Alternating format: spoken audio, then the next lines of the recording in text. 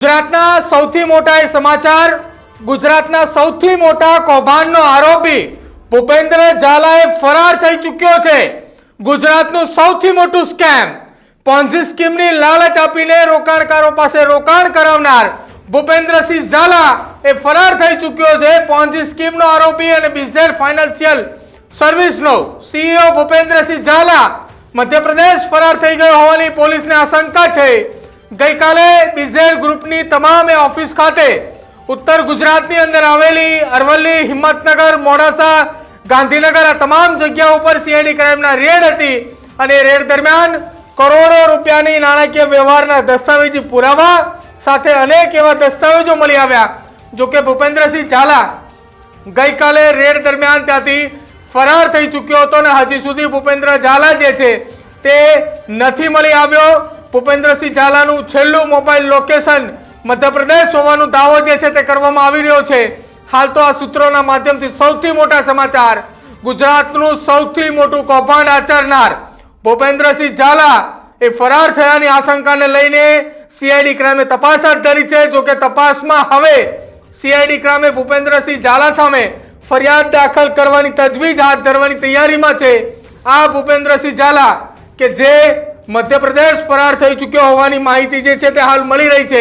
ટૂંક સમયમાં CID crime એ ભૂપેન્દ્રસિંહ ઝાલા સામે ગુનો દાખલ કરે તેવી શક્યતાઓ છે, કેમ કે કરોડો રૂપિયાનું કૌભાંડ આચરનાર ભૂપેન્દ્રસિંહ ઝાલા હાલ ફરાર થઈ ચૂક્યો છે ને એનું મોબાઈલ લોકેશન જો વાત કરવામાં આવે તો ગઈકાલે મોડી રાત્રે મધ્યપ્રદેશની આસપાસ હોવાનું સીઆઈડી ક્રાઇમને માહિતી મળી છે।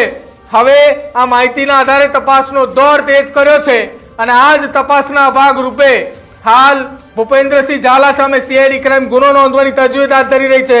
મારી સાથે મારા સહયોગી કૃણાલ આવી જોડાયા છે। કૃણાલ, ગુજરાતનું સૌથી મોટું કૌભાંડ અને એ કૌભાંડનો આરોપી ભૂપેન્દ્રસિંહ ઝાલા મધ્યપ્રદેશ ભાગી ગયા હોવાના અહેવાલ મળી રહ્યા છે, માહિતી મળી રહી છે। હવે સીઆઈડી ક્રાઇમ ગુનો નોંધવાની તજવીજ હાથ ધરી રહ્યું છે। કરવામાં આવે તો ગઈકાલે જ બીજી ફાઇનાન્સની ઓફિસ પર સીઆઈડી ક્રાઇમના દરોડા પાડવામાં આવ્યા હતા ગાંધીનગરથી ને ત્યાં ઓફિસ પર મળેલા દસ્તાવેજો અને જે કરોડો રૂપિયાના પબ્લિકના પૈસાનું કૌભાંડ કર્યું છે તે તમામ દસ્તાવેજ પોલીસે કબજે કરી લીધા છે ને તે બાદ આજે તેમની પર એક ગુનો પણ દાખલ કરવાની જે ચર્ચા ચાલી રહી છે। પણ અત્યારે જેમ વાત કરવામાં આવે તો પોલીસે તેમનું જે લોકેશન ટ્રેસ કરવામાં આવ્યું હતું ત્યારે એવું પોલીસના લોકેશનમાં એવું મળ્યું છે કે તે મધ્યપ્રદેશ સાઈડ તેમનું લોકેશન હોય તેવું લાગી રહ્યું છે અને હાલ ભૂપેન્દ્રસિંહ ઝાલા અત્યારે મધ્યપ્રદેશ રાજ્યની અંદર કોઈ જગ્યાએ ફરાર હોય તેવી પોલીસના સૂત્રો દ્વારા માહિતી મળી રહી છે અને અત્યારે પોલીસની સીઆઈડી ક્રાઇમની ટીમ પણ મધ્યપ્રદેશની અંદર તેમની તાજવીજ શોધખોળ પણ અત્યારે શરૂ કરી દેવામાં આવી છે અને જે ભૂપેન્દ્રસિંહ ઝાલાનો મુખ્ય આરોપી છે તેમની અંદર જે શંકાસ્પદ લોકો જે આની અંદર સંડોવાયેલા હતા તેમની પણ ધરપકડ કરવામાં આવી રહી છે અને તમામ લોકોની પૂછપરછ બાદ આ કૌભાંડની અંદર કેટલા લોકો સંડોવાયેલા હતા અને કેટલા કરોડો રૂપિયાનું પબ્લિકનું કૌભાંડ કરવામાં આવ્યું છે તે તમામ પુરાવાઓ સાથે પોલીસ અત્યારે તપાસ હાથ ધરી રહી છે। જી પ્રદીપ। કૃણાલ, ગઈકાલે આ સીઆઈડી ક્રાઇમની દરોડાની કામગીરી હાથ ધરવામાં આવી હતી, રેડ પાડવામાં આવી હતી। આ રેડ અંતર્ગત હજી કોઈ એવી માહિતી સામે આવી કે કેટલા દસ્તાવેજો અને કેટલા પુરાવા જે છે જેનો કબજો લેવામાં આવ્યો છે? જે પોલીસ દ્વારા જે તેમની બીજી ગ્રુપની તમામ ઓફિસો છે તેમને અત્યારે કબજામાં લઈ લીધી છે ને ત્યાં જે મળેલા દસ્તાવેજો છે તેમની તપાસ પોલીસ કરી રહી છે અને આની અંદર જે સંડોવાયેલા આરોપી હતા તેમની પણ પોલીસે ધરપકડ કરી લીધી છે। પણ થોડા દિવસોની અંદર જ આરોપી પોતાનું સ્ટેટમેન્ટ આપશે તે પછી જ ખબર પડશે કે આના અંદર મુખ્ય સૂત્રધાર કોણ હતા અને અત્યારે જે પોલીસ દ્વારા જે મુખ્ય સૂત્રધાર તરીકે ભૂપેન્દ્રસિંહ ઝાલાને માનવામાં આવે છે તે અત્યારે ગુજરાત બહાર ફરાર હોય તેવું પોલીસના સૂત્રો દ્વારા માનવામાં આવી રહ્યું છે અને સીઆઈડી ક્રાઇમની ટીમ અત્યારે મધ્યપ્રદેશ તરફ દોડધામ લગાવીને આને કબજે કરવાની પણ અત્યારે તાજવીજ હાથ ધરવામાં આવી છે। આભાર કૃણાલ, અમારી સાથે જોડાવા બદલ। તો મધ્યપ્રદેશની અંદર છેલ્લું લોકેશન મળ્યું છે અને એ જ છેલ્લા લોકેશનના આધારે સીઆઈડી ક્રાઇમે તપાસ તેજ કરી છે। આ તપાસની અંતર્ગત જો વાત કરવામાં આવે તો સીઆઈડી ક્રાઇમ પાસે મહત્વપૂર્ણ એ દસ્તાવેજી પુરાવા જે છે તે ગઈકાલે તપાસની અંદર સામે આવ્યા હતા। આ તપાસની અંદર મહત્વપૂર્ણ દસ્તાવેજની સાથે સાથે જો વાત કરવામાં આવે તો 145 કરોડ રૂપિયાના ટ્રાન્ઝેક્શનની વાળા બે બેંક એકાઉન્ટ પણ મળી આવ્યા છે, તેની પણ તૈયારીઓ તપાસ જે છે તે ચાલી રહી છે। અરવલ્લીથી મારા સહયોગી હિતેન્દ્ર પટેલ જોડાયા છે। હિતેન્દ્ર, ગઈકાલે સીઆઈડી ક્રાઇમના દરોડા અરવલ્લી, હિંમતનગર, સાબરકાંઠા તમામ જગ્યાઓ ઉપર આજે હિંમતનગરની અંદર શું પરિસ્થિતિ, અરવલ્લીની અંદર શું પરિસ્થિતિ? કેમ કે મુખ્ય આરોપી અને સીઈઓ ભૂપેન્દ્રસિંહ ઝાલા એ ફરાર થઈ ચૂક્યો છે અને મધ્યપ્રદેશ તરફ ગયો હોય તેવી આશંકા.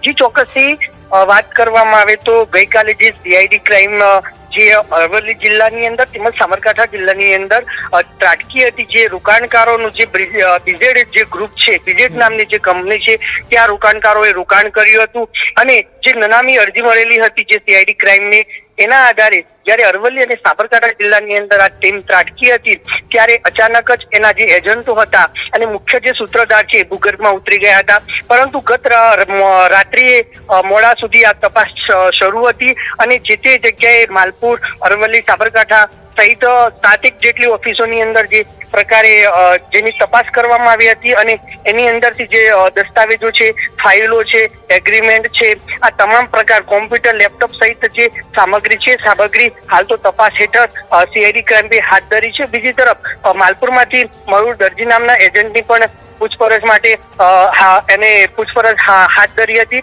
ત્યારે આજે વાત કરવામાં આવે તો જે પ્રકારે આ સીઆઈડી ક્રાઇમ જે ત્રાટકી હતી એના અનુસંધાને આજે પણ જે જગ્યાએ રોકાણ કરનારની જે કંપનીઓ, જે શાખાઓ હતી અરવલ્લી જિલ્લાની અંદર, ત્યાં શટર પાડેલા અત્યારે પણ જોવા મળી રહ્યા છે. જી હિતેન્દ્ર, ગઈકાલે રેડ પડી, શટર પાડેલા હજુ પણ જોવા મળી રહ્યા છે. સાબરકાંઠા હોય, અરવલ્લી હોય, આ તમામ જગ્યાએ હજી કોઈ રોકાણકારો એવા કોઈ સામે આવ્યા છે કે અમારા આટલા રૂપિયાનું રોકાણ કર્યું તો અમારા પૈસા ડૂબી ગયા છે? અને સીઆઈડી ક્રાઇમની તપાસ બાદ એવો કોઈ ચોક્કસ કે આસપાસનો કોઈ એવો આંકડો આવ્યો છે કે કેટલા કરોડનું આ કૌભાંડ હોઈ શકે? ચોક્કસથી જણાવવા માંગીશ કે હાલ તો કોઈ પણ રોકાણકાર સામે આવ્યું નથી કે મારા કેટલા રૂપિયા આની અંદર રોકાયેલા હતા અને એ રૂપિયા મને પરત પાછા મળશે કે નહીં. આ પ્રકારે કોઈ પણ પ્રકારનો જે રોકાણકાર છે એ અત્યારે મીડિયા સમક્ષ પણ આવ્યો નથી અને સામે પણ આવ્યો નથી. પરંતુ જે પ્રકારે અરવલ્લી અને સાબરકાંઠાની અંદર જે ચર્ચાઓ શરૂ છે એ પ્રમાણે વાત કરવામાં આવે તો હાલ 5,000 કરોડથી પણ વધુનું રોકાણ છે. બીજી તરફ એક મીડિયાની અંદર જે અહેવાલ પ્રસિદ્ધ કરેલો હતો એની અંદરથી એવી માહિતી સામે આવી હતી કે જે 2 બેંક ખાતા મળી આવ્યા હતા, એ 2 બેંક ખાતાઓની અંદરથી 175 કરોડ જેટલાનું ટ્રાન્ઝેક્શન થયેલું હોય એ માહિતી પણ સામે આવી હતી. ત્યારે ખરેખર જો આ પ્રકારની કોઈ પણ ઘટના ઘટી છે, જે પ્રકારે જે રોકાણકારોએ પોતાના લાખો રૂપિયા, કરોડો રૂપિયા જે કંપની પર 3 ગણા કરવા માટે જે કંપનીની અંદર રોકાણ કર્યા હતા, પરંતુ હવે પ્રશ્ન એ છે કે શું ખરેખર રોકાણકારોને આ પૈસા પરત પાછા મળશે કે નહીં. પરંતુ હાલ તો કોઈ પણ પ્રકારનો રોકાણકાર સામે આવ્યો નથી કે મારા આટલા પૈસા આ કંપનીની અંદર રોકાયેલા છે અને મને પરત મળશે કે નહીં. આ પ્રકારે કોઈ પણ રોકાણકાર હાલ તો સામે આવ્યો નથી. જી બિલકુલ હિતેન્દ્ર, પળે પળની અપડેટ આપની પાસેથી લેતા રહેશું. આપ આ જ મામલાની અંદર તપાસમાં જોડાયેલા રહેજો. કોઈ રોકાણકાર સામે આવે તો તેનો પણ સંપર્ક કરજો અને આરોપી અંતર્ગત કોઈ પણ માહિતી મળે તો આપ જરૂરથી જણાવજો. તો હવે મધ્યપ્રદેશની અંદર આરોપી ફરાર થઈ ચૂક્યો છે.